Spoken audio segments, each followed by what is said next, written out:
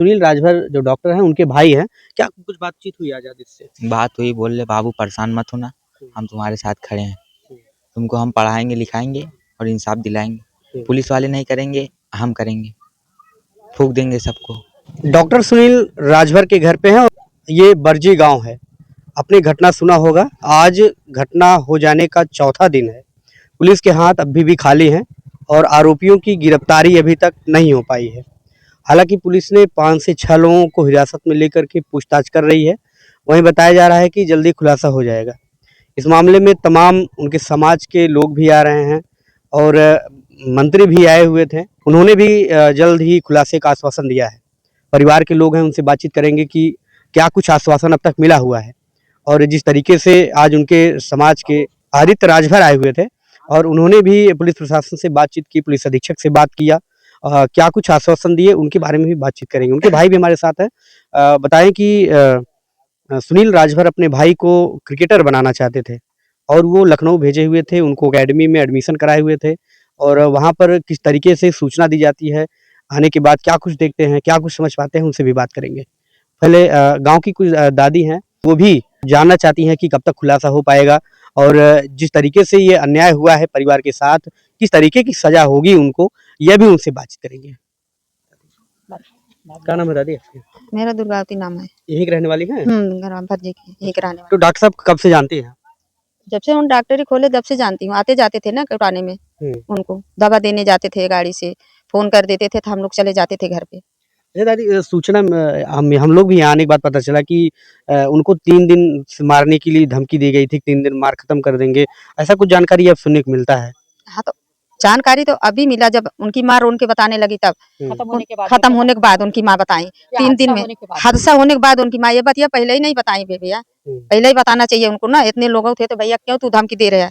3 दिन बोला था, 3 दिन में उड़ाई दिया उनको। अच्छा, किस लिए, क्या कुछ कोई वजह रही थी, किस लिए धमकी दी? कैसे कारण जाए, जो मुलजिम के पकड़े उससे पूछे कारण से क्या मारा तुमने, उससे वजह निकालिए आप लोग।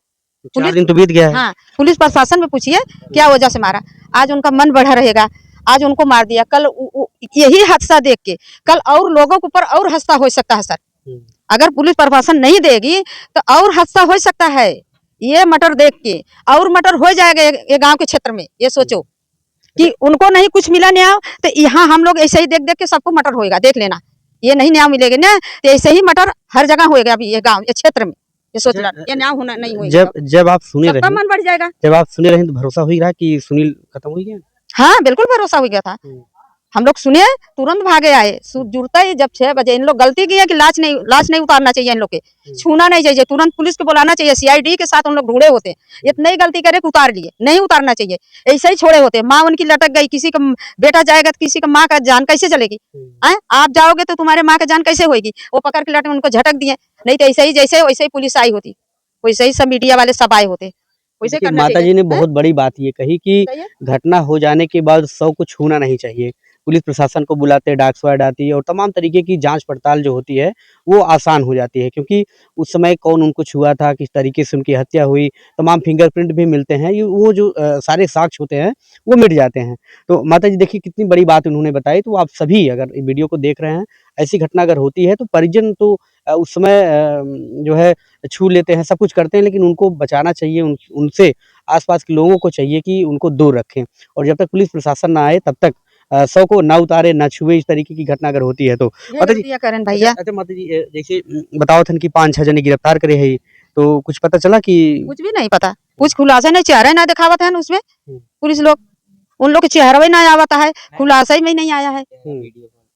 वीडियो कॉल पे खाली लोग तो अभी देखो आवत है ना, तो रास्ते में कहा थे माता जी तुम्हारे गांव में घटना हुआ, मैं मलहनी से आवत हूँ, कुछ तो दिखाई नहीं रहा है, चोर लोग तो दिखाई नहीं रहे हैं, चेहरा भी नहीं दिखाई दे रहा है, तो अधूरा में आ रहा है, क्लियर नहीं दिखा रहे हैं। कौन मारा, कैसे मारा, क्यों मारा, ये सब क्लियर होना चाहिए, उनकी सजा होना चाहिए।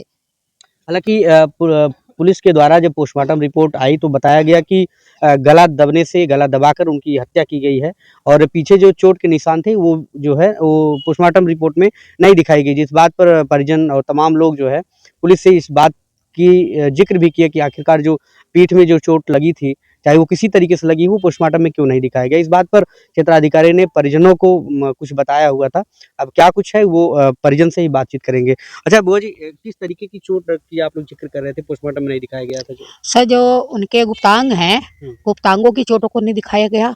और सर जो उनके मतलब इधर उधर करके मारा गया है किसी चीज से वो करके, वो नहीं दिखाई गई है। बस उनका जो है गले को घुटने की दिखा रहे हैं कि हाँ गर्दन का दिखा रहे हैं बस। बाकी अच्छा, अब तक पुलिस यहाँ पर रहती है, क्या कुछ बातचीत हुई कि कब तक खुलासा हो जाएगा या क्यों मारा पीटा गया था, कुछ पता चला? नहीं, मारने पीटने के लिए कोई खुलासा नहीं हुआ। शक के बुनियाद पे जिसको भी पकड़े हैं, शक के बुनियाद पे पकड़ा गया। जब तक मतलब वो प्रशासन का कहना है कि जब तक हमें पूरे अधिकारी को नहीं खोलेंगे तब तक हम नहीं खोलेंगे। देखिए ये अच्छी बात है कि जब तक क्लियर ना हो जाए कि आरोपी वही हैं, हत्यारे वही हैं, तब तक नाम ना खोला जाए, वो सही है। जब तक, क्योंकि इसमें कोई निर्दोष ना फंसे, क्योंकि जो दोषी है वो आना चाहिए।